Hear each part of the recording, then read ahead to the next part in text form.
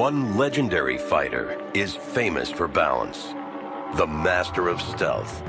A shadow warrior who climbs walls, scales roofs, and executes his mission undetected. Enter the ninja. The first ninjas appeared 900 years ago. The anti-samurai. Not bound by the samurai code of honor, ninja did the dirty work that samurai could not. Theft, espionage, assassination.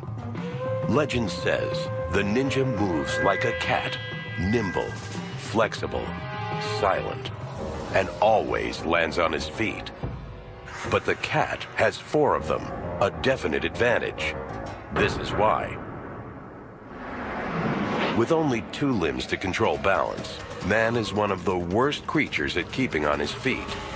Scientists call the human act of walking a series of controlled falls. Muscles, bones, and nerves fighting just to stay upright. What gives a cat its edge is the concept of sway, the relationship between your center of gravity and your base of support. Move the center of gravity outside the base and you collapse. With 4 short, nimble legs, a cat has a wide, stable base and a low center of gravity. Can a 2-legged ninja really balance like a cat? This is the ultimate balancing act, an ancient training tool called plum flower poles. The higher you climb, the more they wobble, and the harder to keep your center. I feel like I'm gonna fall and land on my face. Even elite martial artists lose their center. But what about the human cat? Glenn Levy has studied ninjutsu nearly his entire life. A lot of ninjutsu training is based on finding different places on the foot to be able to use in different situations. With the plum blossoms, most of my weight is actually on the ball of my foot, just letting my toes become like antenna, like an insect's antenna. I didn't know how they did that, jump from one pad to another pad. I literally thought that they were holding on wires or something. The secret is wires, finely tuned nerve fibers running from toes to brain and back again. At last, science will unmask the biomechanics of the ninja's legendary balance.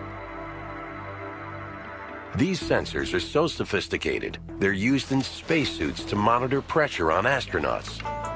Simultaneously, they'll gauge the pressure and distribution of Glenn's weight down to a fraction of a millimeter. The key indicator, a tiny black and white dot representing Glenn's center of gravity. The closer the dot stays to the center of the foot, the better his balance. If it moves outside his foot, collapse. On heels or toes, Glenn stays balanced. The center of gravity dot barely wavers, almost no sway. The secret is fancy footwork.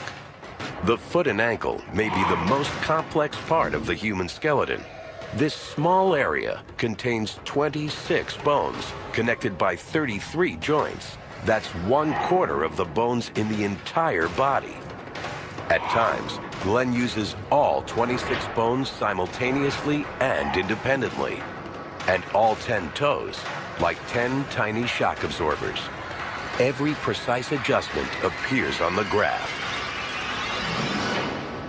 The readouts are unusual. The most notable difference is the stability or the lack of sway in the center force. When they move on their heels, the center force is very stable. When they move on the forefoot, the center force is very stable. In biomechanical terms, Glenn has nearly zero sway. The legend of the ninja's supernatural balance is fact.